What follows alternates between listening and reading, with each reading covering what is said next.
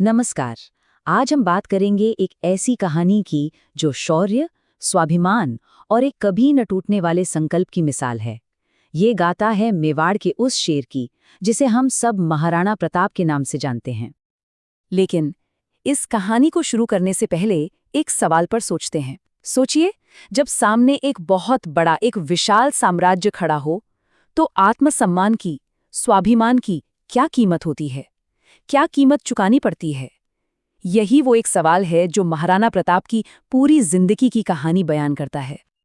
तो कहानी की शुरुआत होती है एक राजकुमार के अटूट इरादे से। ये वो वक्त था जब मेवाड़ पर आप कह सकते हैं मुगलों का साया गहराता जा रहा था, और ऐसे में राजकुमार प्रताप ने अपनी मिट्टी को, अपनी मातृभूमि को आजाद कराने की कसम खाई थी। और देखिए, यहाँ पर लड़ाई की असली तस्वीर सामने आती है। ये कोई बराबरी का मुकाबला था ही नहीं। जरा सोचिए, एक तरफ मुगल साम्राज्य की बेहिसाब ताकत, उनकी विशाल सेना, और दूसरी तरफ मेवाड़, एक छोटा सा राज्य। लेकिन उसके पास एक ऐसा हथियार था जो शायद सबसे बड़ा था, उसका कभी ना टूटने वाला संकल्प। दोनों के लक्ष्य एकदम अलग थे। मुगल चाहते थे हर चीज पर पूरा कब्जा, और मेवाड़ बस अपनी आजादी चाहता था। ये सिर्फ कोई सियासी जंग नहीं थी। नहीं, प्रताप के लिए ये एक जाती अपमान था। उनके शब्द ही उनकी भावनाओं को साफ साफ दिखाते हैं। मेवाड़ पर लहराता हुआ ये मुगल झंडा मेरा कलेजा चीर देता है।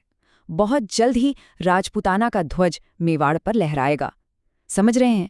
ये सिर्फ एक बयान नहीं था, ये उनकी एक अटूट प्रतिज्ञा थी। तो सीधी टक्कर से ठीक पहले मुगल साम्राज्य ने एक आखिरी कोशिश की, मामला शांति से सुलझ जाए। लेकिन हाँ, शर्तें उनकी अपनी थी। महाराणा प्रताप के सामने ना एक सीधा साधा विकल्प रखा गया, या तो गुलामी कबूल कर लो या फिर जंग के लिए तैयार हो जाओ। और जानते हैं ये पैगाम लेकर कौन आया था? कोई और नहीं बल्कि आमेर के राजा मानसिंह, जो खुद एक राजपूत थे। और प्रताप का जवाब बिल्कुल सीधा, साफ और एकदम चट्टान की तरह अडिग। उन्होंने साफ साफ कहलवा दिया, महाराणा प्रताप गुलामी से बेहतर मौत को गले लगाना पसंद करेगा। संदेश एकदम साफ था, उनके लिए स्वाभिमान जिंदगी से भी बढ़कर था। अब इस इनकार का नतीजा वो तो तय ही था, एक महासंग्राम। और बस यहीं से नींव रखी गई इतिहास के उस मशहूर युद्ध की, हल्दी घाटी की लड़ाई। 18 जून 1576, वो दिन जब हल्दी घाटी की जमीन खून से लाल हो गई थी। उस भयंकर लड़ाई के बीच में प्रताप का वफादार घोड़ा चेतक मानसिंह के हाथी की सूंड में जो तलवार लगी थी ना, उससे बुरी तरह जख्मी हो गया। लेकिन उस वफादार जानवर ने हिम्मत नहीं हारी। खून से लथपथ होने के बावजूद वो अपने मालिक को बचाने के लिए एक तूफान की तरह दौड़ता रहा। और आखिर में अपने मालिक की जान बचाने के लिए उसने एक ऐसी छलांग लगाई जो लगभग नामुमकिन थी, और उसी छलांग के बाद उसने अपने प्राण त्याग दिए। और सुनिए, ये कोई ऐसी वैसी छलांग नहीं थी। चेतक ने अपने मालिक की जान बचाने के लिए पूरे 26 फीट चौड़े एक नाले को एक ही छलांग में पार कर लिया था। सोचिए जरा, ये बलिदान और वफादारी की एक ऐसी मिसाल है जो शायद ही कहीं और देखने को मिले। प्रताप की जान तो बच गई, पर इसकी कीमत बहुत बड़ी चुकानी पड़ी। सेना बिखर चुकी थी, खजाना खाली हो चुका था। वो जिंदा तो थे, पर इसे जीत नहीं कहा जा सकता था। असल में ये उनके जीवन के सबसे मुश्किल, सबसे कठिन दौर की बस एक शुरुआत थी।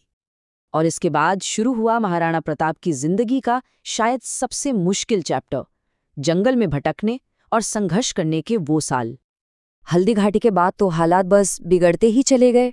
सेना थी नहीं, पैसा और बाकी संसाधन सब खत्म। हालत ये थी कि एक राजा अपने परिवार के साथ जंगलों में भटकने पर मजबूर था। एक पल को तो ऐसा लगने लगा था कि मेवाड़ की आज़ादी का सपना अब शायद हमेशा हमेशा के लिए टूट गया है। लेकिन कहते हैं ना, जब सारी उम्मीदें खत्म हो जाती हैं तभी कोई रोशनी की किरण आती है।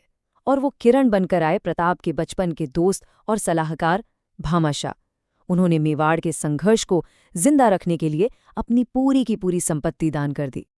भामाशाह ने सिर्फ दौलत नहीं दी थी, उन्होंने प्रताप के टूटे हुए हौसले को एक बार फिर से जोड़ा था।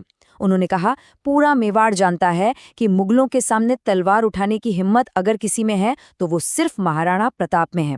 बस यही वो चिंगारी थी जिसने आज़ादी की लड़ाई की आग को फिर से हवा दे दी। और अब कहानी अपने आखिरी और सबसे शानदार मोड़ पर आती है। एक नई सेना एक जबरदस्त वापसी के लिए अब पूरी तरह से तैयार थी। बस इसी नई ताकत के साथ महाराणा प्रताप ने दिवेर में बनी मुगल चौकियों पर धावा बोल दिया। ये आखिरी और निर्णायक लड़ाई होने वाली थी। और इस जंग का नतीजा सच कहूं तो चौंका देने वाला था। प्रताप के उस जबरदस्त साहस के आगे एक दो नहीं, पूरे 36,000 मुगल सैनिकों ने घुटने टेक दिए, सरेंडर कर दिया। ये एक अविश्वसनीय जीत थी। और आखिरकार दिवेर के किले पर राजपूताना ध्वज शान से लहराया। ये सिर्फ एक जीत नहीं थी, ये उस प्रण का पूरा होना था जो कहानी की शुरुआत में लिया गया था। ये मेवाड़ के खोए हुए सम्मान की वापसी थी। तो आखिर में ये कहानी हमें एक सवाल के साथ छोड़ जाती है। इतिहास किसे ज्यादा याद रखता है, उसे जो जीतता है या उसे जो कभी हार नहीं मानता? महाराणा प्रताप की ये गाथा शायद इसी सवाल का सबसे अच्छा जवाब है।